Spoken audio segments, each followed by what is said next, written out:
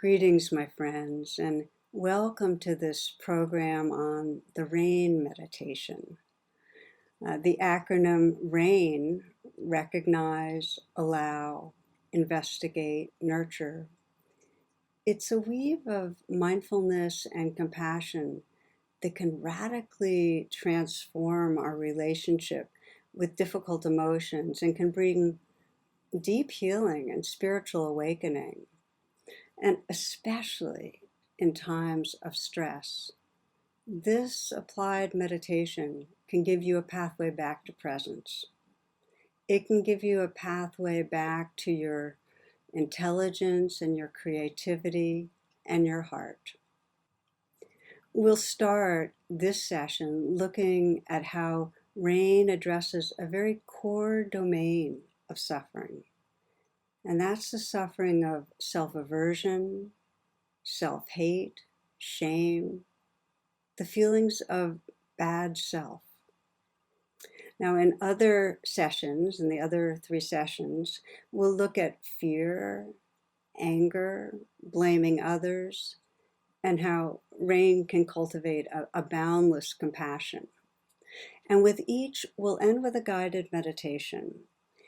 And you might find it helpful after the guided meditation to do some journaling, to write down what stands out in your experience.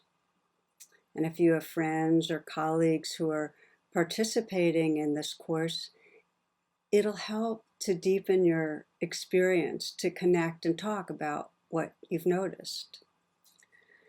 Now, as a way of introducing RAIN, I'd like to share a story some of you might remember of an enormous clay statue of the Buddha that was located just north of Thailand's ancient capital of Sukhothai.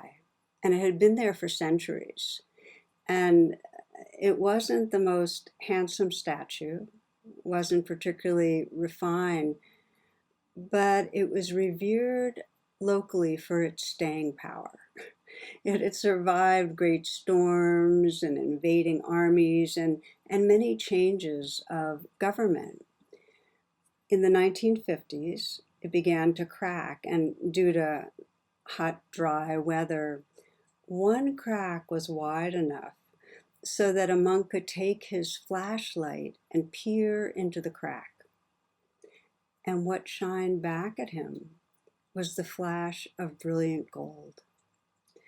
So as he and other monks looked into the other cracks, they discovered that inside the statue, inside those coverings, was one of the largest, most luminous gold images of the Buddha ever created in Southeast Asia.